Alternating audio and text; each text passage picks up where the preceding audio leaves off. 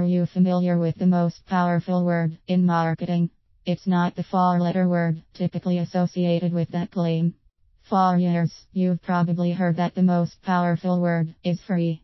Other people will suggest that it's sex or something similarly salacious, but the fact remains that no word is as effective at grabbing attention, creating connections, and motivating actions as a simple three-letter pronoun. It's you. Not you personally, but the word you. And the reason it works so well is that we all do take it personally. When someone uses you in conversation, you subconsciously perk up, in the same way you do when you hear your name. I'm sure you've been at a crowded party or restaurant in which the room buzzed with a steady drone of conversation. When you hear your name, even if the speaker is addressing someone across the room who happens to share your name, it cuts through the clutter as though they shouted at you. That's why effective salespeople and customer service professionals frequently use the names of people with whom they're conversing. Now, Bill, have you considered an extended warranty? Our brains are wired to sharpen awareness of our surroundings whenever they detect the sound of our names. You has a similar effect.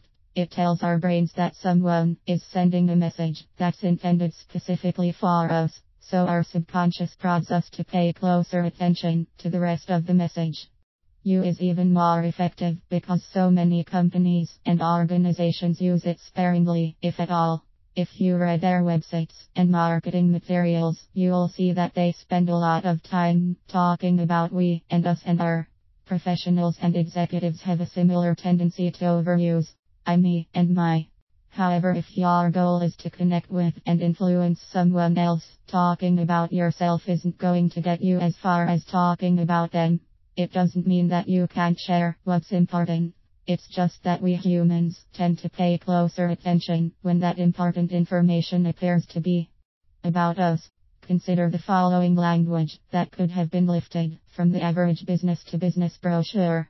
Our model A1126 Weblifitzer reduces radish processing time and minimizes waste with our unique cradle system.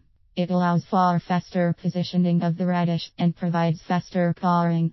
Reader's brain fills in the images, allowing the reader to try the product. But many of the rules that govern academic writing don't apply to the world outside school.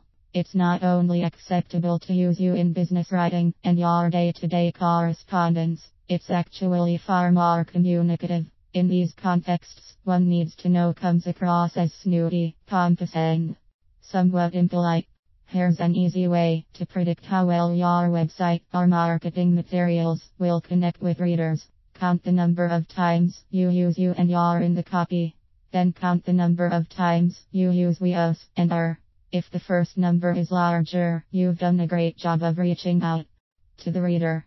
But if the proportions are reversed, rewrite it so that there's a bigger share of use. The revised version will probably sound more natural and comfortable, but more important, it will allow you to connect with your reader in a more personal way.